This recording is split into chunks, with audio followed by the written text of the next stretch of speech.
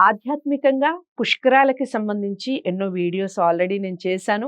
మీ నుంచి కూడా మంచి స్పందన లభిస్తుంది. అందులో భాగంగా పుష్కరాల్లో భాగంగా మనం ఎన్నో ఆధ్యాత్మిక కార్యక్రమాలు, ఎన్నో ఆధ్యాత్మిక విషయాలు మాట్లాడుతున్నప్పటికీ, కొన్ని విషయాలు మాట్లాడినప్పుడు, చూసినప్పుడు 100% మనం ఆధ్యాత్మికంగా ప్రశాంతంగా ఉండి తీరుతాం.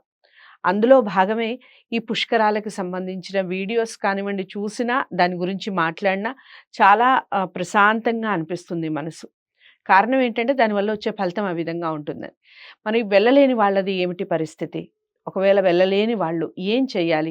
అక్కడికి వెళ్ళొచ్చిన వాళ్ళు కొంత వాటర్ తీసుకోవటం, అది ఇంట్లో చల్లుకోవడం కానివ్వండి, లేదా ఆ వాటర్‌ని మనం బకెట్‌లో మనం స్నానం ఆచరించేటప్పుడు కలుపుకొని స్నానం ఆచరించడం కానీ చేస్తూ ఉంటారు. అసలు ఇలా చేయడం కరెక్టేనా? ఈ పుష్కరాల 12 రోజులు మనం ఏం చేస్తే మంచిది ఇంట్లో? ఈ విషయాల గురించి ఈ వీడియో ద్వారా తెలుసుకోబోతున్నాం. నాతో పాటు ఉన్నారు రఘుప్రియ గారు. చాలా చక్కటి విషయాలు తెలియజేస్తూ ఉన్నారు. నర్మదా నదికి సంబంధించి, అలాగే పుష్కరాలకు సంబంధించి. ఈరోజు ఈ వీడియోలో ఈ విషయాల గురించి చెప్తారు. వీడియోని ఫస్ట్ నుంచి లాస్ట్ వరకు వాచ్ చేయండి. నమస్కారం అమ్మ. సో, వీడియోలో మనం చాలా విషయాలు మాట్లాడి ఉన్నాం ఆల్రెడీ. నర్మదా నదికి సంబంధించి చాలా కథలు, చాలా విషయాలు. కాకపోతే కొన్ని విషయాలు మిస్టేక్స్ వల్ల కూడా కొంత పాపం అనేది మనకి కలుగుతూ ఉంటుంది. సో, ఈ వాటర్ తీసుకొస్తూ ఉంటారు. చాలా మంది అక్కడికి వెళ్ళలేని వాళ్ళు ఇంట్లో స్నానం చేయాలి అని చెప్పేసి. అసలు అది పుణ్యమే అంటారా? అలా తీసుకొచ్చి ఇంట్లో మన వాటర్‌లో కలుపుకొని స్నానం చేయడం మంచిదే అంటారా? ఈ 12 రోజులు అసలు ఎలాంటి క్రతువు చేయడం వల్ల పుణ్యఫలం దక్కుతుంది? ఇంట్లో ఉన్న వాళ్ళకి, అక్కడికి వెళ్ళలేని వాళ్ళకి ఏం చేయాలంటారు? ఇప్పుడు అందరూ వెళ్ళలేమని చెప్పుకున్నాం కదా! దానికి ప్రత్యామ్నాయంగా అది కూడా ఉపాయం మనకి భగవంతుడు అందించాడు. ఇదేంటంటే నర్మదా నది మనకి రాలేదు అని అనుకుందాం.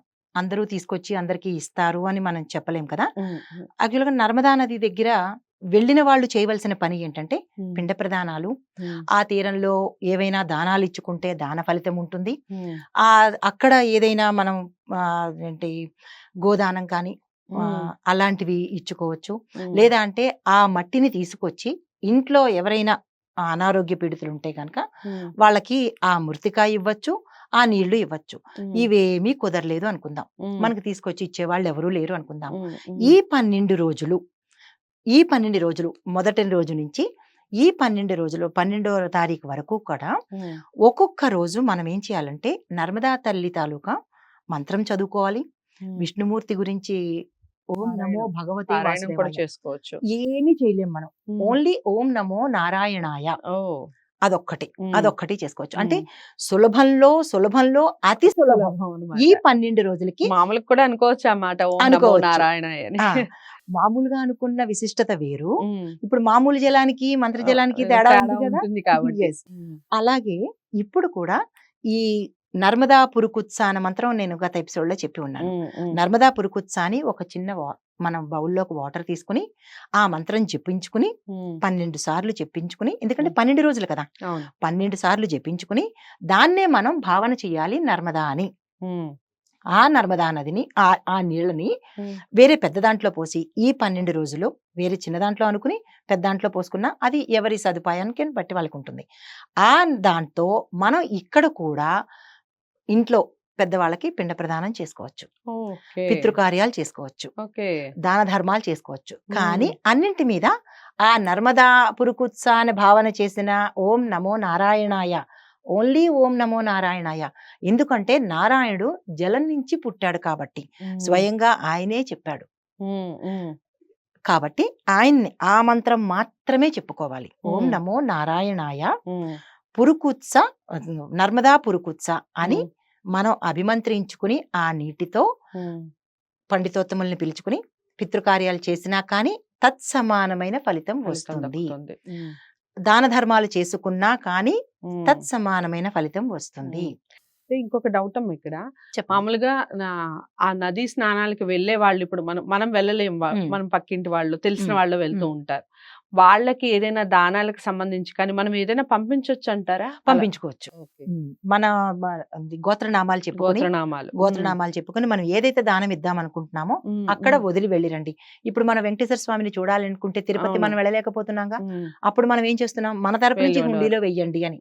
అంటే ప్రతి దానికి భగవంతుడు భక్త సులభుడమ్మా, కష్టపెట్టడు. ఉమ్, ఉమ్, కానీ మనం వెళ్ళగలిగి ఉండి వెళ్ళలేకపోతే మాత్రం ఫలితం దక్కదు గాని ఉమ్, వెళ్ళలేని పరిస్థితిలో తత్సమానమైన ఫలితాన్ని మాత్రం అనుగ్రహించాడు. ఓకే. అలాగా మనం ఎవరైనా వెళ్తున్నాము అని చెప్పినప్పుడు వారికి మనం ఏమి ఇవ్వదలుచుకున్నామో, ఆరోగ్యరీత్యా ఇవ్వదలుచుకున్నామా, ఉమ్, లేదా ఉమ్, అంటే పితృదేవతలకు ఇవ్వదలుచుకున్నామా, అవి వారికి చెప్పి మా తరపు నుంచి అక్కడ వదలండి అని చెప్తే కూడా ఉమ్. మనకి తత్సమానమైన ఫలితం వస్తుందన్నమాట. ఓకే.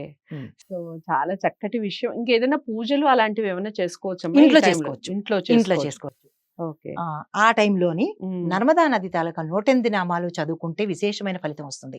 మనం ఓకే. అక్కడికి వెళ్ళలేం కాబట్టి అవును, అవును. విష్ణుమూర్తి, ఉమ్, నర్మదా నది ఈ ఉమ్, 108 కనుక పొద్దున పూట పూజ చేసుకుని, ఎక్కువగా సాయంత్రం పూట అయితే ఫలితం ఎక్కువ ఉంటుంది. ఉమ్. పొద్దున పూట సంధ్యా సమయం. సంధ్యా సమయంలో ఉమ్, ఫలితం ఎక్కువ ఉంటుంది. మామూలుగా ఓకే. అయితే ఒక 10% ఉంటే ఉమ్, సంధ్యా ఉమ్, సమయంలో చేసిన ఫలితం 100% ఉంటుంది. ఓకే. ఆ టైంలో కనుక మనం ఈ నర్మదా మాత తలుచుకుని ఉమ్, 108 నామాలు కనుక మనం సేకరించుకుని తీసుకోగలిగితే ఉమ్, ఈ 12 రోజులు ఈ పని చేసుకుంటే ఈ 12 రోజులకే ఈ ఫలితం. ఓకే. తర్వాత మామూలుగానే మామూలుగానే ఉంటుంది. ఉంటుంది. అది కూడా మనకి ఎవరు అనుగ్రహించారు అంటే బృహస్పతి మన గురించి అని చెప్పి శివుడి దగ్గర నుంచి తీసుకున్న వరం ఇదనమాట. ఓకే. సో, చాలా చక్కటి వివరణ. చాలా మంచి విషయం. అందరికీ ఉపయోగపడే విషయం. అందరం పుష్కరాలకు వెళ్ళలేకపోవచ్చు. మంత్రం జపించుకోవచ్చు. మనం వెళ్ళలేని పక్షంలో నర్మదా పురుకుచ్చ అనుకోవచ్చు. ఓం నమో నారాయణాయ అనుకోని చక్కగా జలాన్ని చేసుకోవచ్చు. చాలా విషయాలు చెప్పారు. ఆ టైంలో ఏమేం చేయాలి అనేది క్లారిటీగా చెప్పారు. వీడియోని చూస్తే మీకు అర్థమవుతుంది. అందరికీ ఉపయోగపడే వీడియో. మనం ఏం చేయాలి ఉపయోగపడే వీడియో అంటే తప్పకుండా లైక్ చేసి అందరికీ షేర్ చేయాలి. ఛానల్‌ని కూడా సబ్స్క్రైబ్ చేసుకోండి. ఇలాంటి ఆధ్యాత్మిక కార్యక్రమాలు ఎన్నో వస్తూ ఉంటాయి కాబట్టి.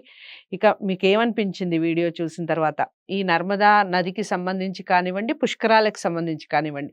ఈ వీడియోస్ చూస్తున్నప్పుడు మీకు కలిగిన ఆధ్యాత్మిక భావన ఏమిటి? ఈ విషయాలన్నీ కామెంట్ బాక్స్‌లో తెలియచేయండి. మీరు రఘుప్రియ గారినే కలవాలి అనుకుంటే స్క్రీన్ మీద కనపడే నంబర్‌కి కాల్ చేయండి. ఇలాంటి మంచి కార్యక్రమాలతో మళ్ళీ మీ ముందుకొచ్చే ప్రయత్నం చేస్తాను. ఇంతవరకు సెలవు. నమస్తే.